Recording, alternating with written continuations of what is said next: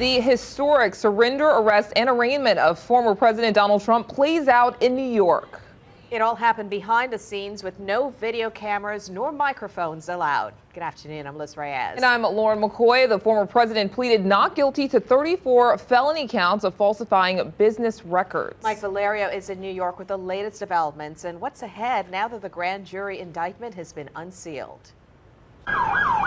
Former President Donald Trump walking into his historic arraignment on more than 30 charges related to business fraud. Tuesday's legal proceedings relatively short, but its impact on American history seismic, unprecedented. Trump is now the first ever former or sitting president to be criminally charged. The charges center on a 2016 hush money payment to adult film star Stormy Daniels, facilitated by his then personal lawyer and fixer, Michael Cohen, who was convicted for his role in that payment and testified to the New York grand jury against his former boss.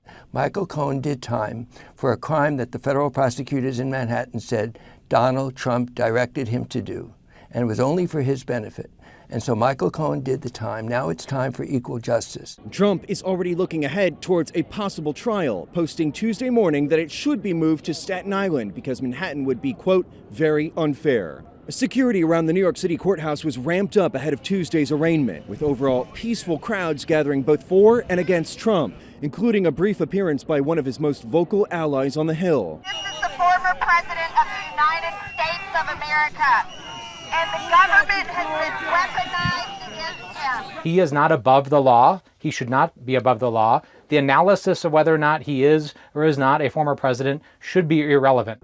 The next step for Trump, back at home at Mar-a-Lago Tuesday night, where his lawyers have said they'll dissect every charge in the now unsealed indictment and plan their defense.